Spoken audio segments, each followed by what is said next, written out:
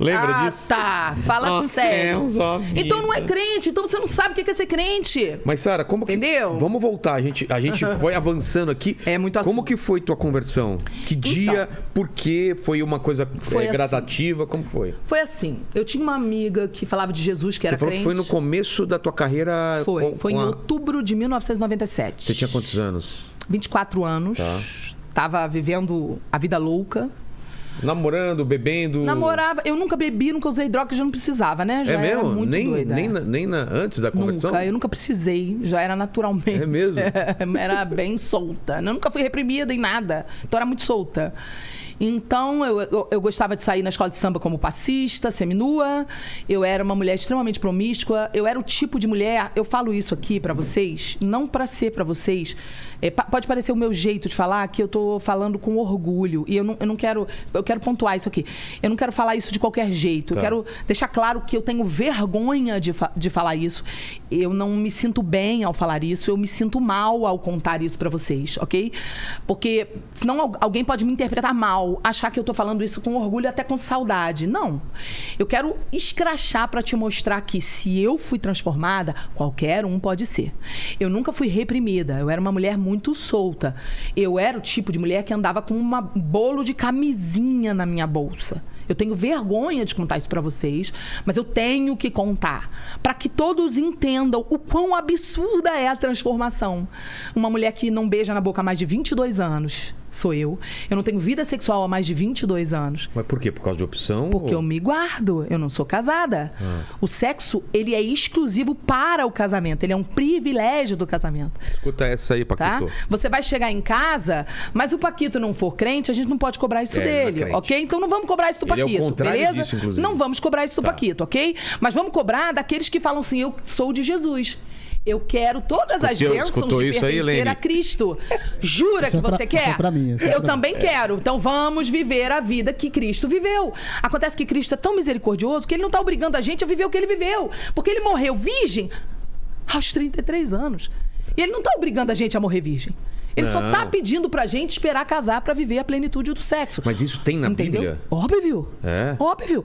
A questão maior é, as pessoas, elas querem adaptar, inventar coisinha para não viver o que Cristo mandou viver.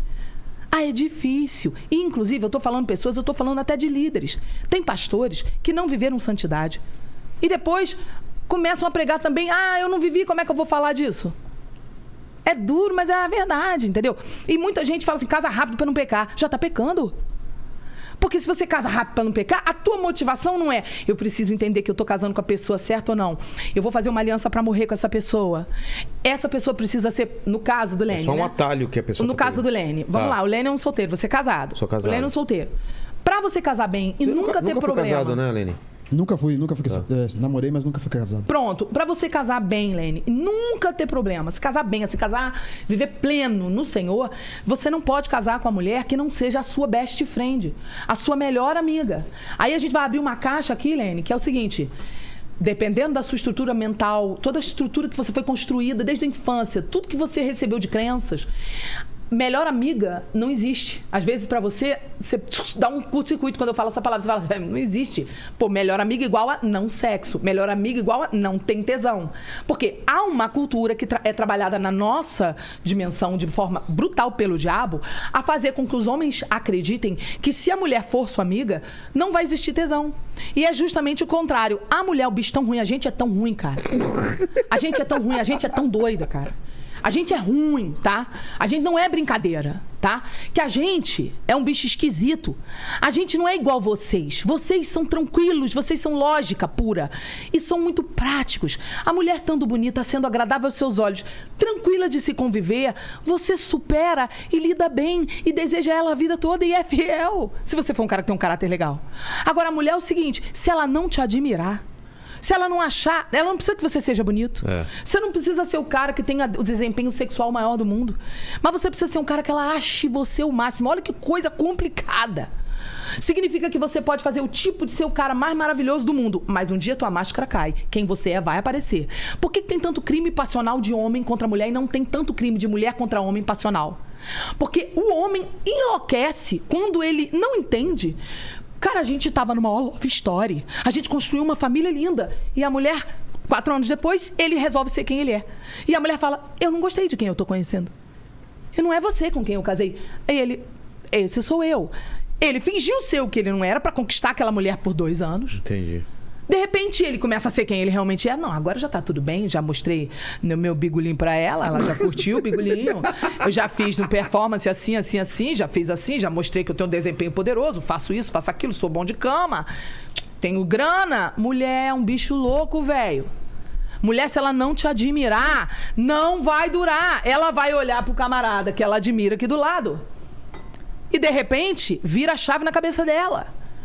Então, não é como o mundo ensina. O mundo diz, basta ter um bom sexo que vai durar. Não, porque um dia a pipa do vovô não sobe mais. Um dia o bumbum dela vai cair, o peito vai cair. Baseado nisso, vai acabar um dia. Vai acabar. Fica só amizade. Tem que ter a base. E por que a amizade é um negócio tão poderoso? Mas é engraçado, pra mim isso nunca foi diferente. Eu mesmo... Você aprendeu? Mas até fora da igreja. Eu sempre imaginei casar com uma pessoa que fosse muito amiga minha. Mas você sabe que a maioria dos seus amigos não pensa assim. Será? Você pensa assim? Você já sentou numa roda de galera assim, de homem do mundo pra conversar? Será que... Eles morrem de medo da amizade. Vou te dar um exemplo aqui muito clássico. Não é? Você também não pensa assim de uma pessoa que seja... Eu sempre penso assim, se eu não conseguir conversar com a pessoa, não vou conseguir viver com ela há muito tempo.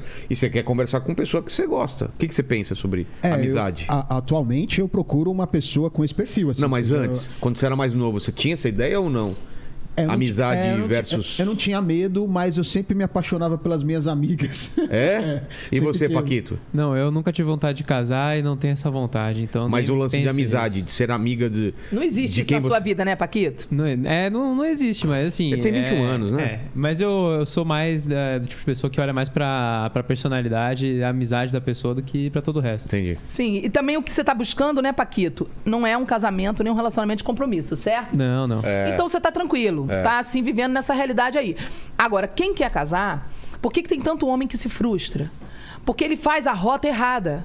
Ele faz a rota de olhar a menina linda, bonita, e eu falo, cuidado, que mulher linda pode ser linda e um tesouro por dentro, pode ser linda e uma demônia por dentro. Claro. Então você tem que tomar cuidado, porque você cai pelos olhos e a mulher cai pelo ouvido. Por isso que tem mulher linda com cara que não é bonito. Porque pra mulher não é tão importante. Indireta? Não, para. Que tá rindo? Porque o você acha problema que não você foi não eu falar, o problema foi você rir. Qual é o nome da tua mulher? Qual é o nome Mari. da tua... Mari, teu marido é bonito, com todo respeito. Eu acho você bonito, Vilela. Não acho você feio. Toma essa. Eu vi a carapuça servindo assim. Para, gente. Os homens gostam de se zoar, né? Os homens... Homem é tão engraçado que os homens não acreditam em palavras. Nós, mulheres, acreditamos em palavras. Então, numa boate, quando um cara fala pra menina, às vezes ela não é tão bonita, mas ele fala, você é linda, ela acredita. Ela faz... dá uma risadinha. E o homem, se a menina devolver igual, ele fala, tá me zoando, velho. Tá me zoando. Porque o homem não acredita em palavras. O homem só acredita em atitudes. E eu faço cursos hoje, né, pro pessoal online de mentoria de inteligência emocional. Por quê? Porque as pessoas hoje não são ensinadas essas coisas. Por exemplo, por que o homem se apaixona pela mulher? Né? Porque existe uma conjunção dessa questão sexual. Vocês não podem abrir mão da beleza. Beleza da mulher para vocês é um investimento de vida. Vocês têm que entender que, como é para a mulher você pagar as coisas, é para você ela ser bonita. Isso não é cultural, isso é cerebral. Você precisa gostar do que você vê. Ela não precisa tanto, ela precisa se sentir protegida. E é por isso que às vezes a mulher gosta, todos os homens, às vezes revoltados, falam, mulher não gosta de bigolinho, mulher gosta de dinheiro, já viu? Já. Quem gosta de bigolinho é gay, os caras falam, né? Não é isso. É que a mulher, ela quando você fala, deixa que eu pago, ela não escuta deixa que eu pago, ela escuta quase que em câmera lenta, deixa que eu cuido de você, pá, entra no coração dela. A mulher, ela recebe eu pago com outra coisa dentro da alma dela. E quando a mulher chega bonita, você entende, eu tô te agradando. Eu vou te agradar, querido. É isso que você entende. Claro. Quando você chega, ela tá fedendo a CC, suada, com buço preto. É barra pesada. Você entende, cara, ela não tá nem aí pra mim. Exato. Não é por mal, é cerebral. Então você não pode abrir mão de gostar do que você vê. Mas você tem que ser um cara de personalidade. Porque às vezes você gosta da mais gordinha e o padrão é mais magrinha. Ou às vezes o padrão é mais gordinha, você gosta da mais magrinha.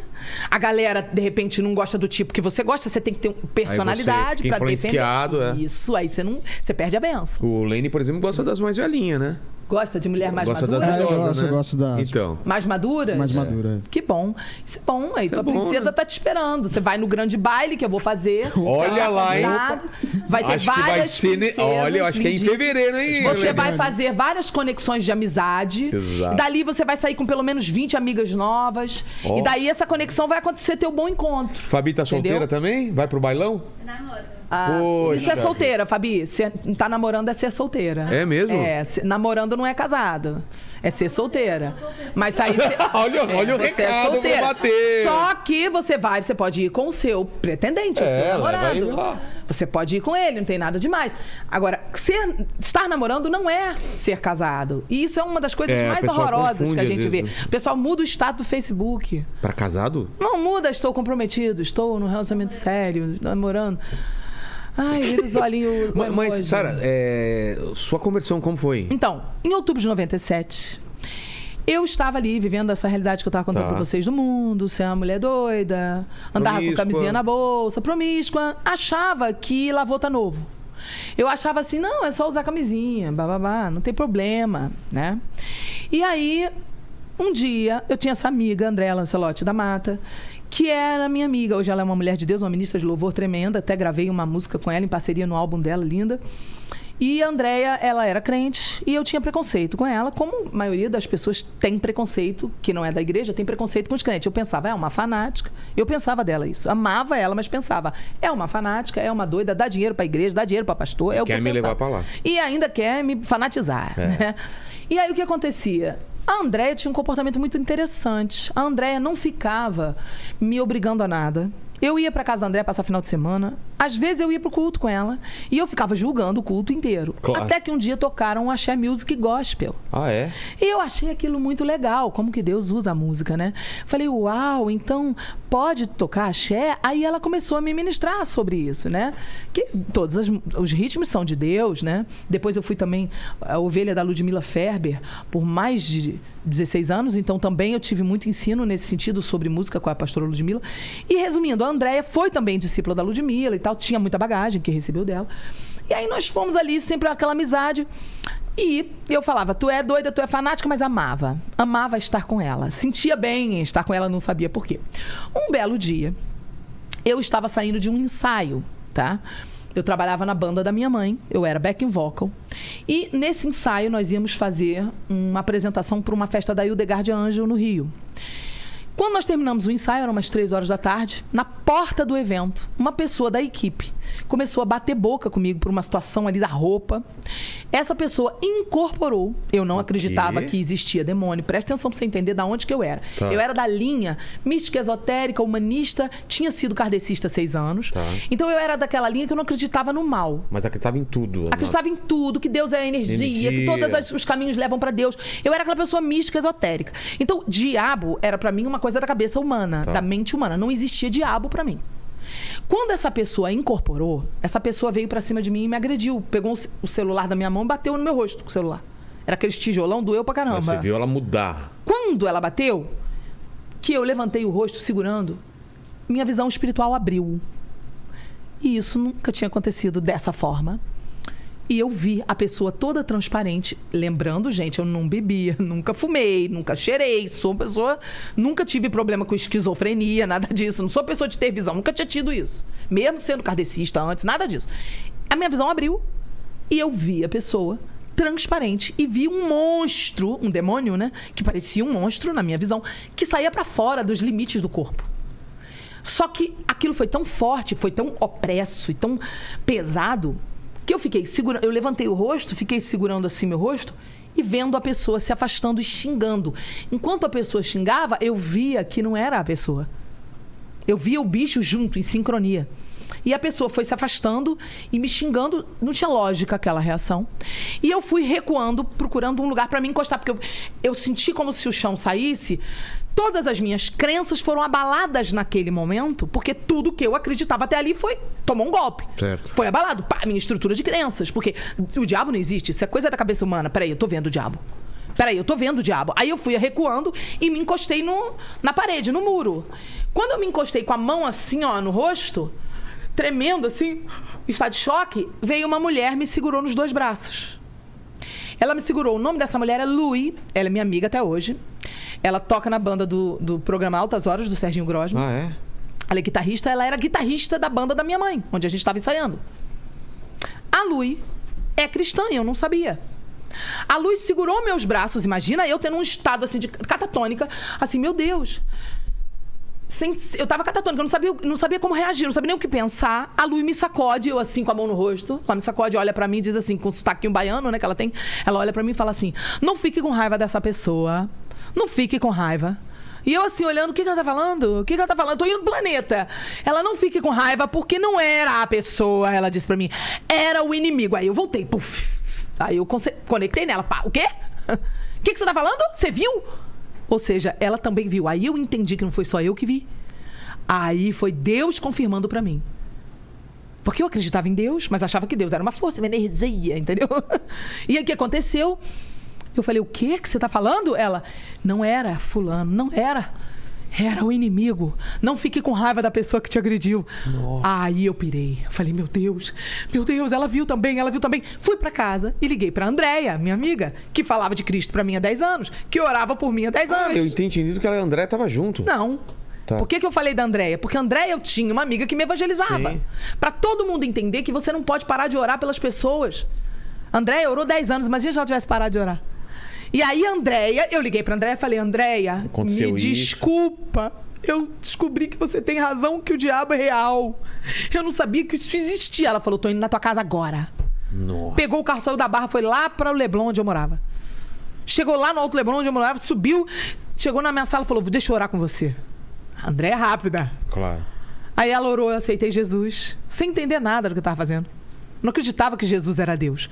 Andréia saiu da minha casa, conversou comigo ali por umas 2 horas, foi embora. Você é cheia de perguntas, né? Quando a Andréia sai, eu sempre acreditei em Deus. Quando a Andréia sai, eu entro no meu quarto, tranco a minha porta, como eu nunca tinha lido a Bíblia. Mas tinha uma Bíblia na sua casa? Eu nunca tinha lido, nunca sabia nem o que era a Bíblia. Mas tinha? Não sabia nem o que era isso. Pra mim, a Bíblia era um livro da carochinha. Tá. Fui criada numa família mística esotérica. Você entrou no quarto. Fiz o que a Bíblia diz em Mateus 6,6 sem saber que existia isso em Mateus 6,6. Fiz uma coisa que está na Bíblia sem saber. O quê? Quando orares, entra no teu quarto, fechando a tua porta, ora o teu pai, que vê tudo que está em secreto. Então o teu pai te recompensará. O teu pai que vem em secreto. Tranquei a porta do meu quarto e comecei todos os dias. Depois que eu chegava do trabalho, eu trancava a porta do quarto. E começava a falar, porque meu trabalho terminava às 4 da tarde, eu pegava a minha filha na escola às 5h30. Então eu tinha esse tempo. Tranquei a porta do quarto e comecei a falar: Deus. Não sabia que Jesus era Deus. Só que comecei a falar com Deus: Deus, eu sei que você existe e agora eu sei que o diabo existe. A minha amiga sempre falou do diabo e eu nunca acreditei. Agora eu quero saber o resto dessa história. E eu falava com Deus com ousadia. Revoltada, porque eu falei: peraí, quer dizer que a Andréia fala que Jesus é Deus? A Andréia fala que a Bíblia é verdade? E se o resto dessa história for verdade, eu tô por fora? E se o diabo existe, mesmo o inferno existe, Jesus? Não falei de Jesus, né? Eu falei em Jesus agora. Eu falei: Deus. Eu não acreditava em Jesus. Aí eu falei: eu quero saber a verdade. Mas eu comecei a falar isso todo dia. Todo dia. Eu fiquei por 15 dias fazendo isso. Um dia, depois de 15 dias, se eu chorar, vocês não se assustam, porque é difícil contar, porque eu tenho que lembrar. E se eu lembrar, às vezes eu revivo, então dá vontade de chorar. Então se eu chorar, vocês não se assustem não, tá bom? Vou tentar contar sem chorar. 2 semanas mais ou menos, eu não lembro exatamente quanto tempo, foi de 10 dias a 15, não sei quanto tempo. Eu estava sentada na minha cama, encostada na cabeceira da cama, com as pernas esticadas, vestida para dormir. Minha filha dormindo, eu no meu quarto sozinha. Esticada, eu tinha uma cama de casal, esticada com a coberta assim na cintura. E um caderno que eu tinha de desabafo. Eu sempre tive cadernos de desabafo. Eu fiz terapia há anos. E eu estava escrevendo uma carta para Deus. Eu já estava cansada de falar e eu comecei a escrever, não falar. E eu comecei a escrever: Deus, eu quero saber a verdade. No que eu comecei, vou começar a lembrar. Eu comecei a sentir uma presença dentro do quarto. Aquela presença era uma presença muito sutil, porque ele anestesia você. Quando o sobrenatural é muito violento, Deus te anestesia. Senão você morre. Era como uma anestesia no ambiente. Eu comecei a sentir uma presença e comecei a ouvir uma voz que parecia do meu pensamento. Deus também pode trabalhar dessa forma para não te assustar. Porque 3 vozes podem falar no teu pensamento: a voz de Deus, A voz da tua consciência, que é a alma, e a voz do diabo pode te setar. Então, por isso, é o mais difícil da vida cristã discernir qual das vozes sempre. Né? Todos os dias pode acontecer com a gente. Até Pedro, do lado de Jesus, foi setado. Jesus repreendeu Pedro, né? Então, nós vamos ser setados. Não podemos achar que estamos imunes a isso. Então, eu não sabia nada disso que eu estou te contando. Estava ali, e uma voz começou a falar suave. Eu sou. Eu sempre fui. Eu sou um homem sério. Eu sou isso, eu sou aquilo. Eu comecei a ouvir... E eu não percebi que não era meu pensamento. Eu continuei escrevendo a carta e conversando com essa voz. E a voz falando dentro da minha cabeça. E eu conversando com a voz, escrevendo a carta, e a voz ia me respondendo. Eu tenho essa carta até hoje. Eu tenho esse caderno até hoje. De repente, no final da carta, a voz sai para fora. Eu não consigo explicar isso para vocês, por mais que eu tente explicar. Porque não dá. Não é uma experiência que dá para transmitir. É uma experiência que você tem que viver. A voz sai e a voz fica em todo o quarto e em todas as minhas células ao mesmo tempo. Não me pergunta como é isso, eu não consigo te explicar isso. A sensação é como se você tivesse perdido num parque de diversões e a voz do teu pai, você conhece a voz do teu pai? Sim, claro. Chamasse você no alto-falante. Só que uma voz que eu reconheci sem eu nunca ter ouvido. Como é que pode isso? Jeremias 1:5. Antes que tu te formasse no ventre da tua mãe, diz o Senhor, eu te conheci antes que tu te formasse. Existe uma memória em nós que existe antes da gente ser formado no ventre. E essa memória pode ser ativada por Ele, que nos formou antes de estarmos formados no ventre. Pegou aí? Claro. É uma memória que só Deus pode ativar. Porque Ele que dá o sopro de vida, você nasceu porque Ele deu o sopro de vida. Por isso que tem bebê que nasce morto se não recebeu o sopro de vida. Aí é que o negócio ficou forte, porque ele me chamou. Ele saiu pra fora, aquela voz, e falou, Sara. Quando ele falou Sara, todas as células ouviram. Eu reagi em todo o meu ser. Eu ouvi a voz dentro do quarto e dentro da minha cabeça, e tudo era mais forte do que qualquer coisa que eu já ouvi na minha vida. Só que aquela voz, ela vinha de um lugar dentro do quarto, como se ele estivesse em pessoa dentro do quarto. Obviamente eu não vi, não era uma visão, mas ele estava ali, como se fosse uma pessoa presente. Eu imediatamente fui me encolhendo em posição fetal e rolando, caindo por cima da... Eu caí no chão. O choro era um choro que não dá pra... Eu não consigo reproduzir o choro. Se eu tentar fazer uma cena de atriz, eu não consigo. Porque era um choro que todo o meu corpo se contorcia, minhas entranhas se contorciam por dentro, meu músculo foi contraindo. De modo que o meu diafragma... Eu fui parar no chão e... eu senti aquela presença dele como se fosse física, se aproximando e falando comigo. Ele ia falando, ele foi falando assim, ele foi me respondendo todas as perguntas, que ele era Deus, que ele havia vindo à Terra como homem, que ele havia morrido na cruz, que ele havia ressuscitado dos mortos, que a Bíblia era verdade. Todas as perguntas que eu fazia durante aqueles dias. Ele foi me falando e ia se aproximando, e eu fui sentindo aquela presença se aproximar, como se fosse a gente se aproximar da fogueira. Sim. Você vai se aproximando da fogueira, chega um limite que você ainda não tá tocando no fogo, mas você não consegue dar mais nenhum passo, Sim. porque ele começa a arder de queimar. É. Era uma sensação parecida, mas não era fogo, era amor consumidor. Eu não consigo explicar isso pra você tem que viver isso. Eu não consigo te explicar o que é isso que eu senti. Era amor consumidor. Eu sei o que você falou. O amor... Se eu lembrar, eu vou chorar. Eu tenho que tentar... Eu senti alguma coisa parecida. Esse calor é um amor que parece calor e não é calor. E ele te consome como calor e não é calor. E você começa a se ver tão pequeno. Você começa a olhar pra você e falar... Quem é você e quem sou eu pra você falar comigo? Eu não sou digno. Você entende em um segundo que você é pecador e que ele é santo. Tudo em um segundo foi respondido pra mim. E aí ele falou, foi a última coisa que ele falou assim, agora, aí foi a frase última que ele me disse. E eu chorava de uma forma que o meu músculo do diafragma veio parar em cima e não voltou mais. Eu não conseguia mais fazer isso aqui, ó. Quando você chora, tenta reproduzir isso aqui, ó. Vê se o seu diafragma sobe. Faz uma brincadeira como se fosse criança chorando. Ó, não sobe o diafragma? É. Então, quando ele sobe, você volta pra depois tomar ar. É. O meu diafragma subiu, colou, não descia mais. Tal era a intensidade do choro. E não descia mais. Aí ele falou assim, agora eu vou parar de falar com você, mas eu vou ficar aqui. Mas eu vou precisar parar de falar, e disse essa palavra aqui, ó. Porque o teu coraçãozinho, ele falou no diminutivo, o teu coraçãozinho não está aguentando. Mas eu vou deixar o meu Espírito Santo aqui. Eu não sabia o que era Espírito Santo, eu nunca tinha nem ouvido falar, não sabia o que era isso. E eu não conseguia mais respirar, travou. Comecei a sentir meus dedos formigar, comecei a desoxigenar. E eu comecei a falar sem voz, assim, não para de falar. Porque o que eu estava experimentando era melhor do que tudo de mais maravilhoso que eu já tinha experimentado na Terra. Nada dessa terra se comparava ao prazer que eu estava sentindo naqueles segundos.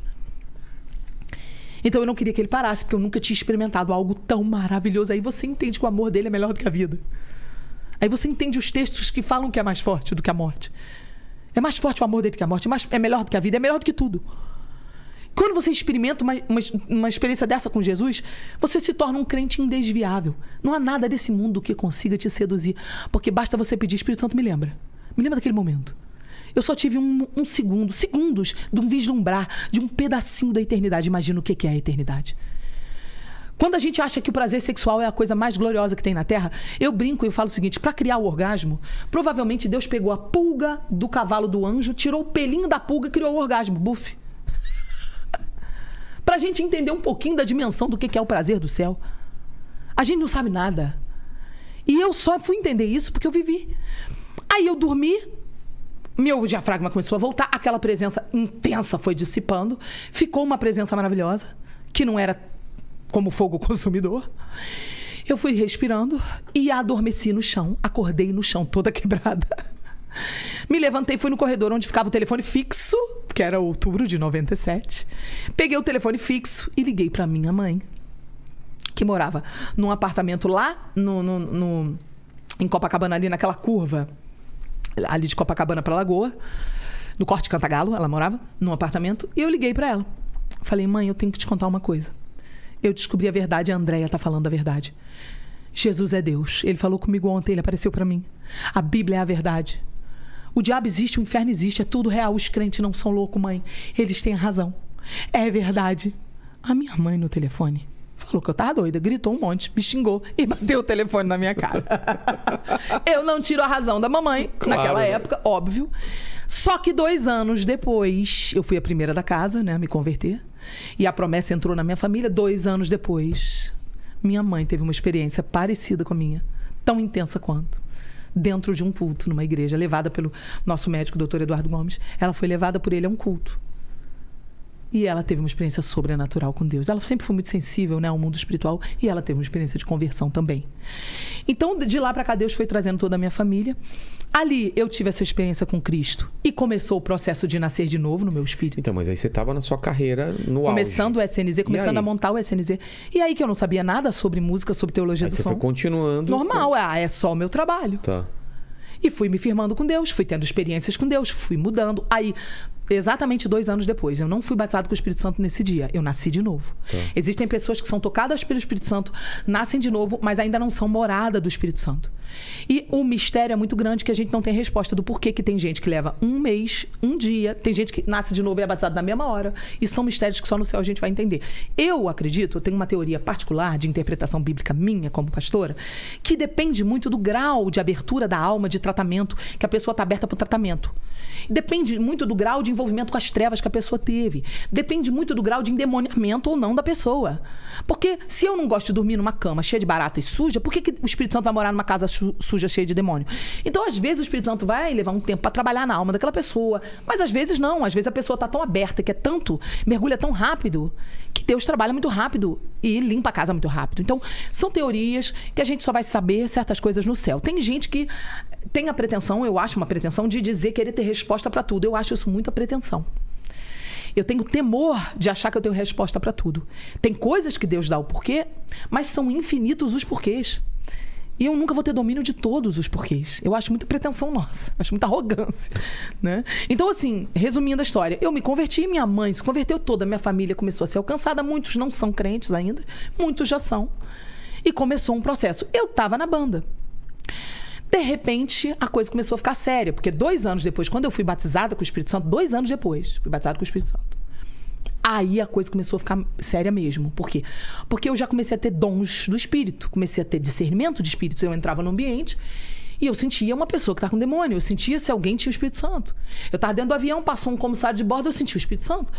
Daqui a pouco o comissário passa, me vê com a Bíblia e fala: a paz do Senhor, irmã. E eu tinha sentido o Espírito Santo dentro dele antes dele falar a paz do Senhor. Eu comecei a discernir os ambientes. Comecei a ter visões, começou a acontecer um monte de loucura na minha vida. Comecei a receber músicas do céu. Comecei a ver que eu não sentava mais para buscar uma inspiração do nada para compor. Comecei a ver que as minhas músicas estavam vindo de forma diferente. Tocava o piano, tocava a linha de baixo. Eu não toco baixo, eu não toco piano. E a linha de baixo tocava para mim. Eu comecei a receber diferente as músicas. Bom, um belo dia, eu tô fazendo um show com as minhas irmãs. Aí foi o dia que a coisa começou a ficar feia. Era um show numa casa noturna, era um show playback, né, que a gente fazia. Desde que aconteceu esse momento que você descreveu, e os outros shows para você era normal. Não, é profissão, sou uma profissional. Tá. Sou crente, essa é só minha profissão. Tá. Tenho uma filha, sou mãe solteira, crio minha casa, minha filha sozinha, cuido da minha casa sozinha. Você sentia que estava diferente? Sentia que eu era diferente, mas não discernia o ambiente. Tá. Sentia pesado, mas falava, não, é porque aqui tem muita gente carregada, Entendi. né? Queria cantar música gospel, porque achava que, poxa, se eu cantar música gospel vai ser benção. Mas não podia, minhas irmãs não eram crentes. E aí, seria uma loucura. Não era como hoje, que as pessoas são abertas pra música gospel. Ah, tá. Era um horror. Você não podia falar que você era crente. Entendi. Todo mundo tinha vergonha. Tinha Preconceito. O que aconteceu? Nesse dia, eu tava dançando, porque a gente fazia playback com os bailarinos. Nós tínhamos bailarinos que viajavam e dançavam com a gente. O SNZ era uma banda que dançava hip hop. De repente, minha visão abre dentro do show. E duas pessoas encostadas bem assim perto, na minha direção do palco, estão dançando e celebrando, e eu vejo as pessoas transparentes com os demônios dançando e celebrando. Eu virei de costas, continuei dançando de costas, os bailarinos dançando comigo, porque o meu semblante decaiu. Eu fiquei em estado de choque com aquilo que eu via. Eu não conseguia... Sabe aquela coisa do Ricardo Ventura, de você não consegue esconder quando você reage? Entendeu? Um abraço, Ricardo. Amo o teu trabalho.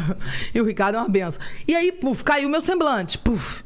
Então eu escondi, virei de costa pros fãs não verem. Tava dançando, mas assim, com a cara assim, estado de choque. Recompus a força, continuei fazendo o show. Terminou o show, entramos na van pra ir embora. Eu me encolhi num canto, lá no fundo da van, me encolhi assim no vidro e comecei a chorar. Falei, Deus, poxa, é meu trabalho. Eu sustento minha filha sozinha. Sou uma mãe solteira, sustento minha casa sozinha. Poxa, Senhor, poxa, eu sou tua serva, eu não tenho o Espírito Santo em mim, se eu tenho Deus em mim, né? Que ensinam pra gente, você tem Deus, tá tudo bem, né? É. Só que não. Aí eu ouvi a voz de Deus alta. Era pra mim o seu show? Aí eu, opa, mas Senhor, mas é meu trabalho. Eram pra mim as músicas? Era eu que estava sendo invocado? Eu não estava entendendo ainda. Eu não estava entendendo. Mas Deus é só meu trabalho. Passado uns dias, eu peguei um CD do Cirilo, Antônio Cirilo, chamado Presença da Glória. Depois o Cirilo reformulou essa capa. Só quem tem as primeiras edições é que tem esse texto na capa. Na contracapa do CD tinha um texto enorme que o Cirilo colocou. Depois ele reformulou a gravadora e mudou o texto. Até falei isso com ele outro dia. Falei, volta aquele texto. O texto era enorme. Aquela coisa bem de crente. Sei. Eu coloco o CD Presença da Glória.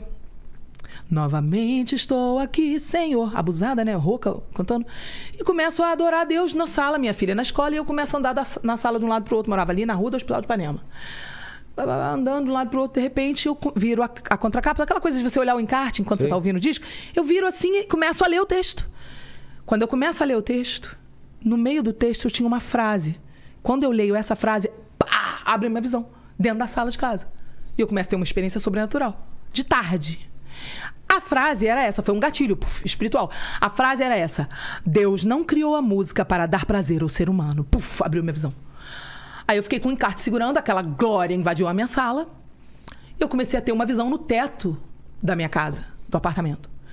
E nessa visão, eu comecei a ver como se fosse... Foi muito forte, assim. Teve 4 partes a visão. Eu vi primeiro o céu como se fosse a eternidade. Como se fosse o local onde fica o trono. Não dava para descrever o trono, mas era uma luz muito forte, como se fosse o trono de Deus, o monte da congregação, né? E como se fosse uma arquibancada ao redor do trono, era uma orquestra gigantesca. E eu comecei a ver e ouvir. E era uma orquestra que tocava todos os ritmos, um ritmo entrava dentro do outro. E eu falando, cara, o que é isso, né, que eu tô vendo? Tudo muito rápido, mas tudo muito forte.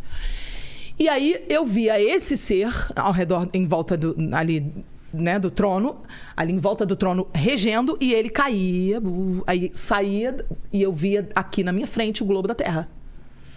Como se fosse uma coisa de 3D. Caiu, puf, ele em cima, e ele pisou com as 2 patas em cima. Ele virou um bicho e pousou.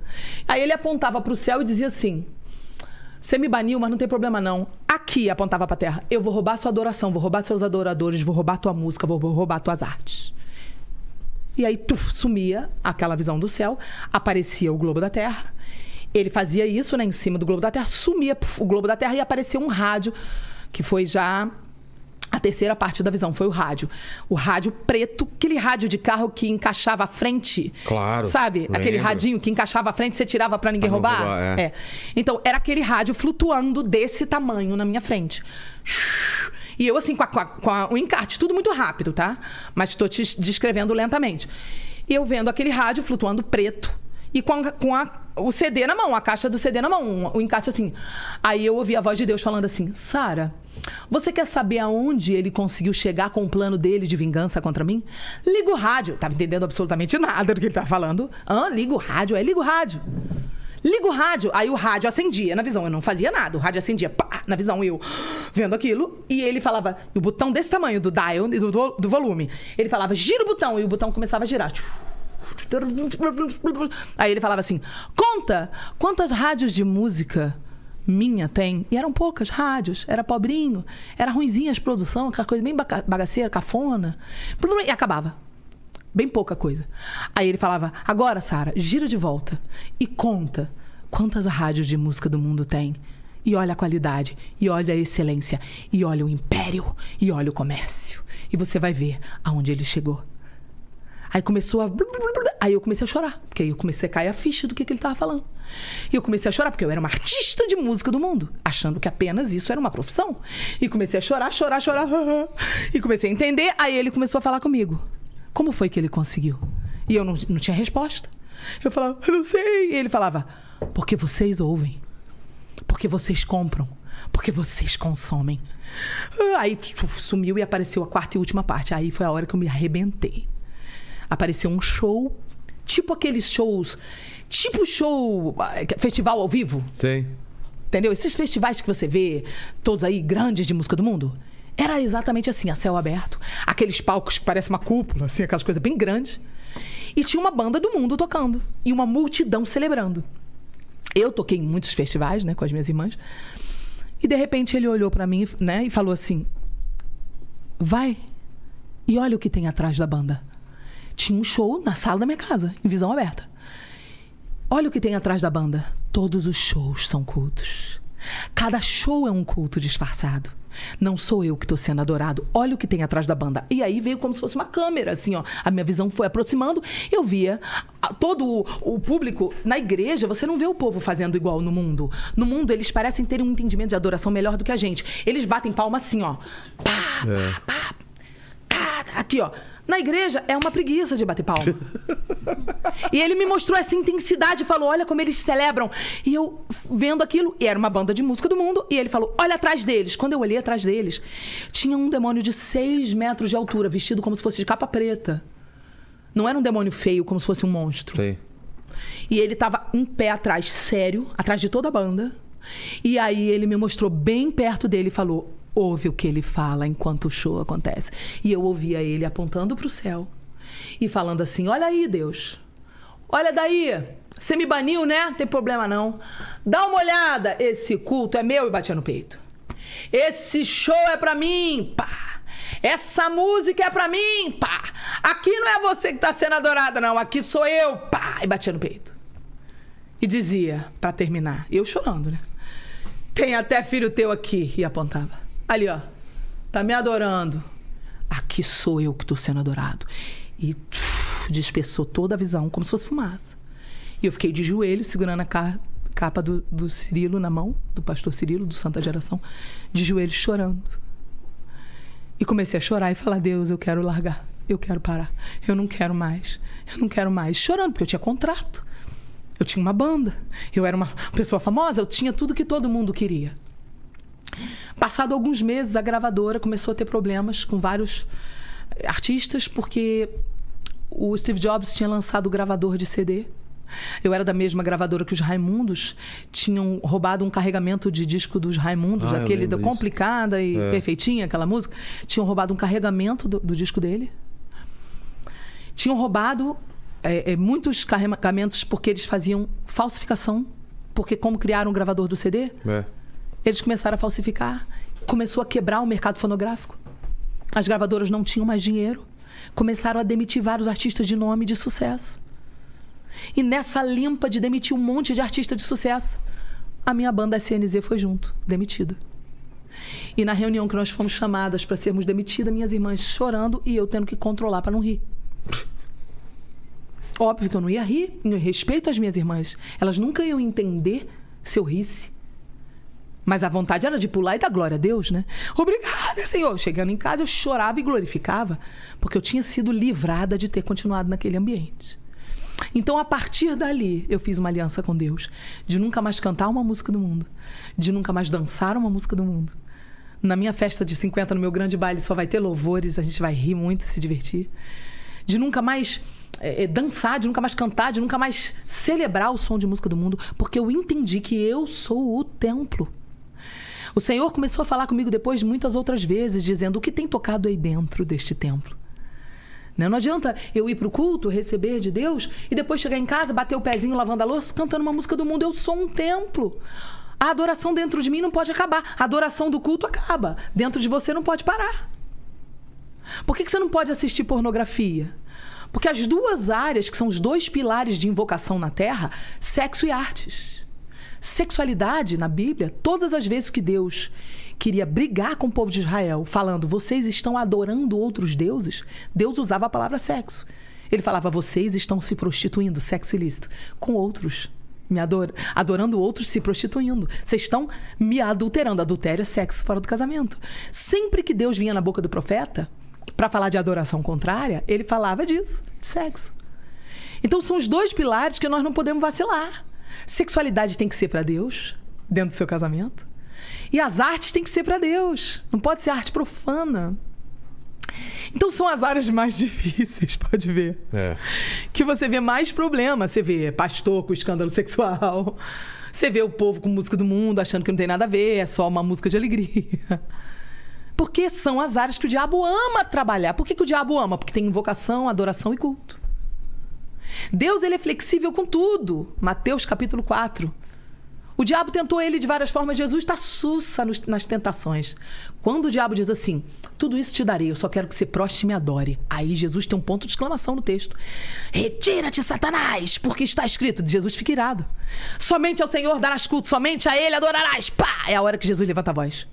Porque Deus é tolerante com tudo, menos com adoração e invocação. Então, você comeu demais na festa? Você pecou na glutonaria? Pequei. Pede perdão que Deus entende. Pô, na força da emoção ali, comeu demais. Né? Você acabou falando uma coisa que não era pra falar, pecou na fala. Pede perdão. Vai lá no teu irmão, pede perdão. Agora, é mais difícil arrepender do pecado sexual e do pecado com as artes, porque eles envolvem o prazer. E um prazer, muitas vezes, invocando e profano. Como é que eu vou me arrepender do prazer que eu tive, cara? É difícil. A iniquidade é uma tentação. É uma tentação falar a Deus. Você entende, né? Que eu tô fazendo sexo aqui sem ser casado. Porque, pô, Deus, eu acordo todo dia com a barraca armada. Eu sou homem, Jesus. Né? Ser mulher é mais fácil, né, gente? É tudo pra dentro, de vocês é pra fora. Não é fácil ser homem crente, né? E ser santo. Tu acordar todo dia, tu olhar pra aquele negócio e tu falar, meu filho, vai chegar a tua hora, aleluia. Você concorda? É real. Então, é um desafio? E são poucas pessoas que falam desse desafio. É um desafio, por exemplo, tu fazer uma festa. Um sonho meu, é um sonho. Eu tô sonhando com isso há mais de 15 anos. É abrir uma casa de entretenimento cristão. Uma casa de entretenimento cristã. Para que a gente possa ter um final de semana com a família para ir num lugar que não tem música do mundo. Que não tem uma bebida alcoólica. Que você pode sentar e ter uma festa, uma celebração cristã. O que eles tentam fazer? Fazer danceteria gospel. Não funciona. Não funciona quando a música não é dirigida, a dança não é dirigida, vai ter menina com escurinho. Botou escurinho, tá imitando o mundo. Deus tem luz. Ambiente cristão é luz. As danças têm que ser dirigidas, que é o que eu trabalho. Todos os meus eventos de entretenimento cristão para os solteiros, as danças são dirigidas. Não tem chance para botar a mão no joelho e balançar a bundinha, não. Porque, sem querer, se você põe uma música que inspira isso, a menina que não é liberta vai lá, incorpora ali, puf, põe a mão no joelho. Complica. Você entendeu? Então o povo não sabe, não há um resgate. Por que não tem os empresários cristãos ricos investindo em faculdade onde o seu filho vai estudar uma música que não é profana? Porque parece que o ataque é tão grande, cultural, que é para roubar e não existe outra porta de entretenimento, só tem a porta do mundo. E aí o que a gente fala?